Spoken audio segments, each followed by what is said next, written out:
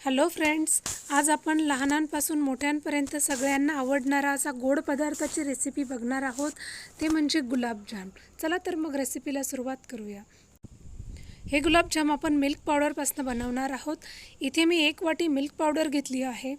त्यानंतर त्यामध्ये 2 चम्मच आपण मैदा टाकणार आहोत. त्यानंतर आपण 1 चम्मच इथे बेकिंग पावडर वापरणार आहोत. सगळं प्रमाण अगदी अचूक असलं पाहिजे इथे, नाहीतर हे गुलाबजाम कडक होतात. त्यानंतर तूप खूप सांभाळून इथे टाकायचं आहे, कारण जास्त तूप झालं तरी हे गुलाबजाम कडक होऊ शकतात. 1 चम्मच मी इथे तूप घेत आहे आणि सर्व मिश्रण व्यवस्थितपणे एकजीव करून घेऊया. हे सर्व मिश्रण व्यवस्थितपणे एकजीव करून झाल्यावर यामध्ये आपण दूध टाकणार आहोत.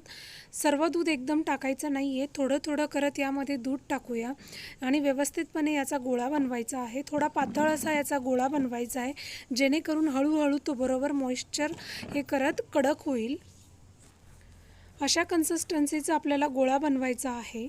जोपर्यंत गोळा सेट होतो तोपर्यंत आपण पाकची रेसिपी बघूया. गुलाबजामचा पाक बनवण्यासाठी इथे मी 1 वाटी साखर घेतली आहे.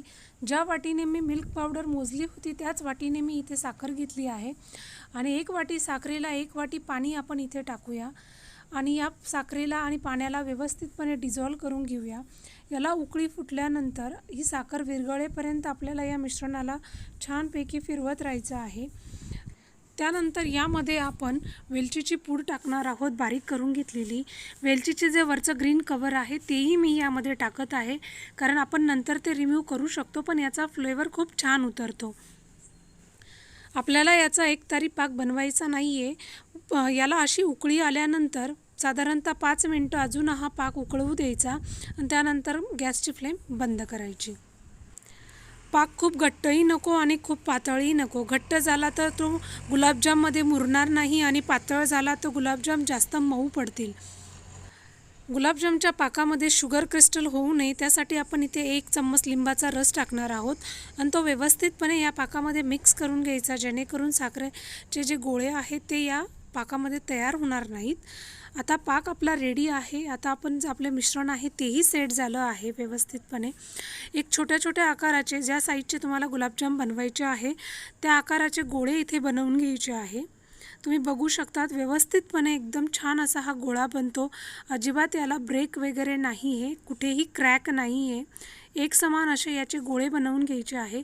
इथे मी काळा गुलाबजाम बनवणार आहे, त्यामुळे आपल्याला याला व्यवस्थितपणे काळा रंग येईपर्यंत हे गुलाबजाम फ्राय करायचे आहेत.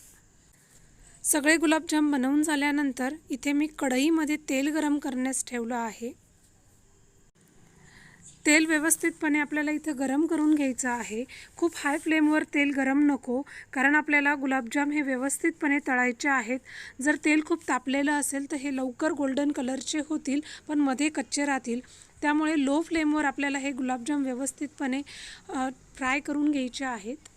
कंटिन्युअसली आपल्याला हे गुलाबजाम हलवत राहायचे आहे, जेणेकरून ते सगळ्या बाजूने एक समान फ्राय होतील आणि कलरही सगळ्या बाजूला समान होईल. तुम्ही बघू शकता तिथे हळूहळू गुलाबजामचा कलर व्यवस्थितपणे डार्क व्हायला लागला आहे.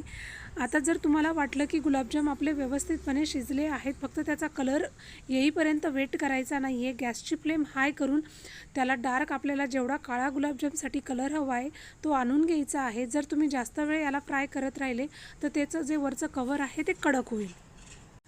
आणि हे गरम गरम गुलाबजामच आपल्याला या पाकामध्ये टाकायचे आहे. पाकही व्यवस्थितपणे थोडा गरमच हवा, थंड पाक नको.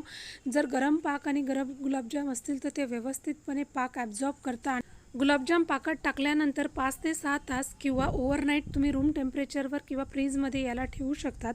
रूम टेम्परेचरवर ठेवलं तर त्याचा जे पाक आहे तो जास्त घट्ट होणार नाही. त्यामुळे मी इथे रात्रभर रूम टेम्परेचरवर ठेवलं होतं.